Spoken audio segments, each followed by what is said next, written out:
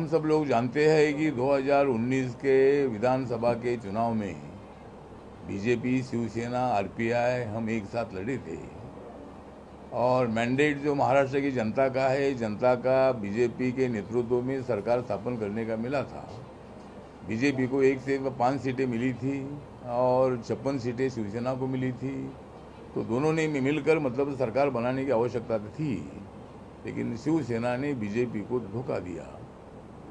2019 में शिवसेना ने बीजेपी को तो धोखा दिया, लेकिन एकनाथ शिंदे ने शिवसेना का धोखा किया।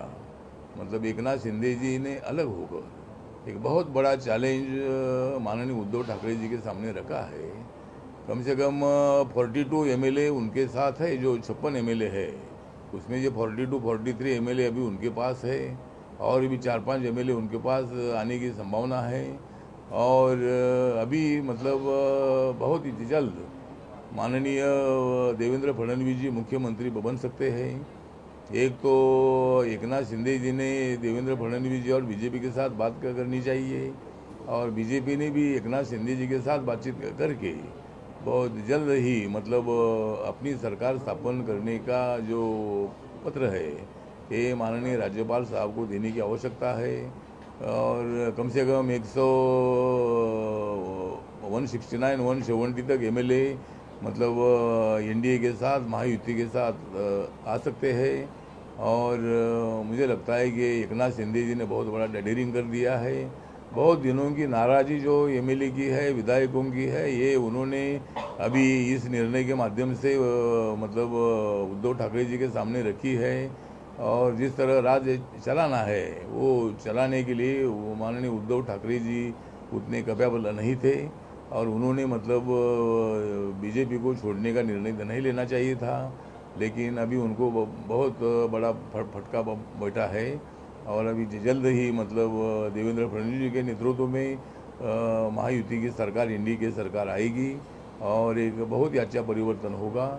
इसमें मुझे लगता है कि बीजेपी का कोई बिल्कुल हाथ नहीं है। ये जिम्मेदारी शिवसेना की थी, अपने एमएलए को संभालने की जिम्मेदारी शिवसेना की थी, लेकिन उन्होंने अपने एमएलए को, एकनाथ शिंदे जी को संभालने में वो मतलब नाकामयाब हो गए हैं और इसीलिए उसका आरोप बीजेपी पर लगाना अच्छी बात नहीं है। तो मुझे लगता है कि मैं एकनाथ शिंदे जी का आभार व्यक्त करता हूँ। उन्होंने एक बहुत बड़ा अच्छा निर्णय ले लिया है और जो बाला साहब ठाकरे जी कहते थे कि बीजेपी और शिवसेना ने एक साथ रहना चाहिए, उसी दिशा से पहल करने की कोशिश एकनाथ शिंदे जी की है और ज़रूर बहुत जल्द ही महाविकास आघाड़ी की सरकार जाकर वहाँ महायुति की सरकार जो है ये सरकार वहाँ आ जाएगी।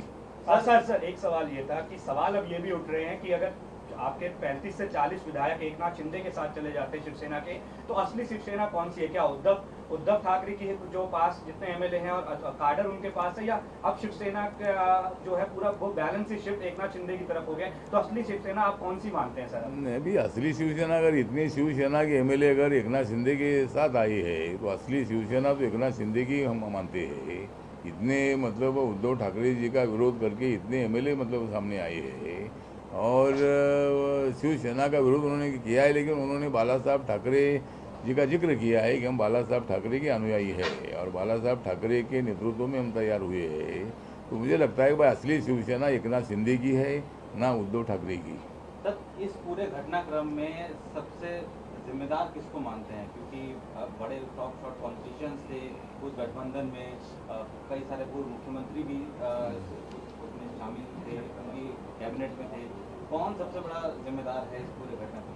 नहीं, जिम्मेदार तो मतलब शिवसेना ही उद्धव ठाकरे जी और संजय राउत जी इसके लिए जिम्मेदार है, क्योंकि 2019 में जो मैंने पहले भी बताया कि दोनों मिलकर सरकार बननी चाहिए थी और मुख्यमंत्री बीजेपी का, डिप्टी सीएम शिवसेना का बन सकता था, लेकिन मुख्यमंत्री पद का आग्रह करते हुए मतलब शिवसेना ने बहुत बड़ी गलती की थी।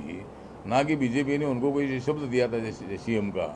जब माननीय नरेंद्र मोदी जी महाराष्ट्र में विधानसभा के प्रचार में आते थे तब वो सभी जनता के सामने बोलते थे कि भाई दिल्ली में नरेंद्र और महाराष्ट्र में देवेंद्र। तो इसी तरह की भूमिका शिवसेना के सामने रखते थे।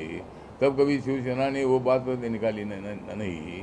लेकिन जब आंकड़े ऐसे आ गए कि बीजेपी को अपेक्षा से कम सीटें मिली। बीजेपी को लगता था कि उनको 130-135 सीटें में मिलेगी, लेकिन वो 105 सीटें ही मिली है। अभी तो बीजेपी उनके साथ 180 सीटें अभी है।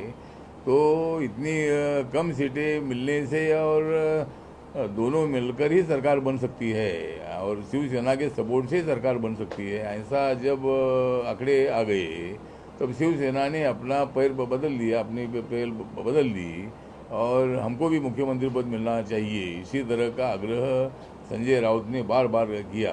तो इसके लिए सबसे ज़्यादा जिम्मेदार संजय राउत जी है और उन्होंने मतलब इसमें समेट करने की आवश्यकता थी, लेकिन उन्होंने झगड़ा लगाने का काम किया बीजेपी शिवसेना में और कांग्रेस एनसीपी के साथ जाकर बहुत बड़ा धोखा अपने ऊपर ले लिया और अभी उसका अनुभव हम अभी देख रहे हैं और ये उनको अभी भुगतना पड़ेगा। हमारे चैनल को लाइक, शेयर और सब्सक्राइब जरूर करें और नई अपडेट्स के लिए बेल आइकन दबाना ना भूलें।